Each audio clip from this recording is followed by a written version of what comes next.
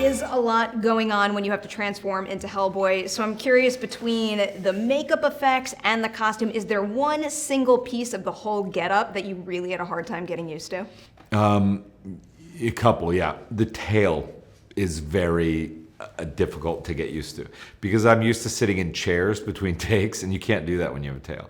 Like, your tail gets in the way of everything. So I had to sit on an apple box. I would always hit it on things. I would always bump into it. And the other thing that was really hard was, like, when I become the Beast of the Apocalypse, he has really big horns, and I had to wear a special cap that they'd have to tighten on my head because the horns would have to move in a certain way, and so they'd have to tighten this thing really dramatically, and I would get really gnarly headaches. Ooh. So that was, like, not pleasant too.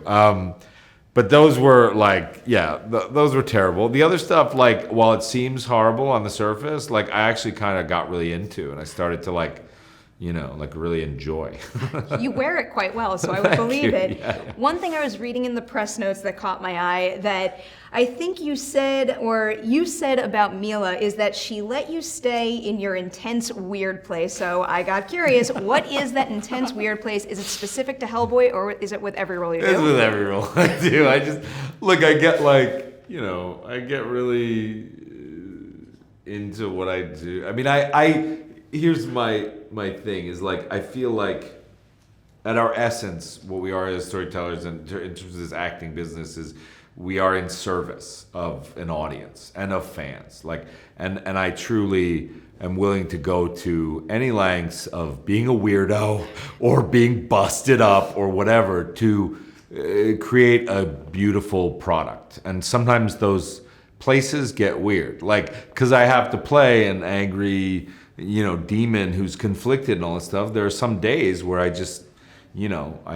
get socially very awkward and very strange and, wind up kind of sometimes even, like, getting angry and stuff like that. And I mean, I try not to do it with other people. I try to stay isolated, but, Milla and I were around each other a lot. And I think one day I was just doing something and she was just like, I was like, I'm sorry. And she was like, no. She's like, you're good. You're doing your thing. Well, she was so sweet and supportive. And I was like, she's just she's such a great, so smart and such a great artist herself that she understands creative process in that way. And it was liberating and wonderful. Yeah, that doesn't surprise me one bit. Yeah. I was also wondering if you could paint a picture for us in terms of the troll fight oneer, because I imagine there's some interesting cuts that we're not catching, because it looked very convincing to me. So what is that like for you to walk through on set?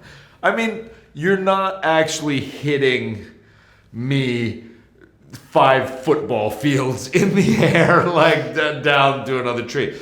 But it was kind of an amazing sequence that they put together. And, a lot of it does involve these funny little cuts. And for me, it was a lot of, like, there was one day in a coliseum with a green screen all around, but with grass and trees and turf.